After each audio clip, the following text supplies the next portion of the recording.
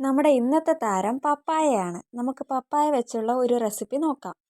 അതിനായി പപ്പായ വൃത്തിയാക്കി അരിഞ്ഞ് വെള്ളത്തിലിട്ട് കറ കളഞ്ഞതിന് ശേഷം ഉപ്പ്, ഉലുവാപ്പൊടി, കായം ഇവയിട്ട് നന്നായി മിക്സ് ചെയ്യുക.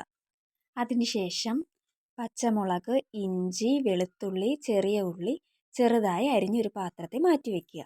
അതിനുശേഷം ചീനിച്ചട്ടിയിലേക്ക് കുറച്ച് എണ്ണ ഒഴിക്കുക. അത് ചൂടാകുമ്പോൾ കുറച്ച് കടുകിടുക. കടുക് പൊട്ടിയതിന് ശേഷം നമ്മൾ അരിഞ്ഞു വെച്ചിരിക്കുന്ന ഇഞ്ചി, വെളുത്തുള്ളി, പച്ചമുളക്, സവാള എന്നിവ അതിലേക്ക് ചേർക്കുക. അതിനുശേഷം അത് നന്നായിട്ട് നമുക്ക് മിക്സ് ചെയ്യുക, ഇളക്കി കൊടുക്കുക. ഇഞ്ചിയുടെയും വെളുത്തുള്ളിയുടെയൊക്കെ കളർ ചേഞ്ചായി വന്നിട്ടുണ്ട്. നമുക്കിനി അതിലേക്ക് മുളക് പൊടി, മഞ്ഞൾപ്പൊടി, ഉലുവാപ്പൊടി, ഉപ്പ്, അല്പം കായം കൂടി ചേർത്ത് നന്നായിട്ട് മിക്സ് ചെയ്യുക. മസാല കരിഞ്ഞു പോകാതിരിക്കാൻ വേണ്ടി നമ്മൾ ഫ്ലെയിം അല്പം കുറച്ചിടണം. ഇനി ഇതിലേക്ക് നമ്മൾ നേരത്തെ അരിഞ്ഞു വെച്ചിരിക്കുന്ന പപ്പായ മിക്സ് ചെയ്ത് കൊടുക്കുക. എന്നിട്ട് നന്നായി അത് ഇളക്കുക. പച്ച പപ്പായ ആയതുകൊണ്ട് നമുക്കിത് അല്പം നന്നായിട്ട് പാകമാകേണ്ടതുണ്ട്. അപ്പോൾ നന്നായിട്ട് മിക്സ് ചെയ്ത് കൊടുക്കുക.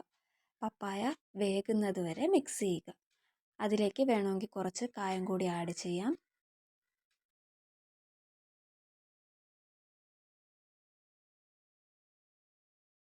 ഇനി അതിലേക്ക് 2 സ്പൂൺ പഞ്ചസാര കൂടി ആഡ് ചെയ്യാം.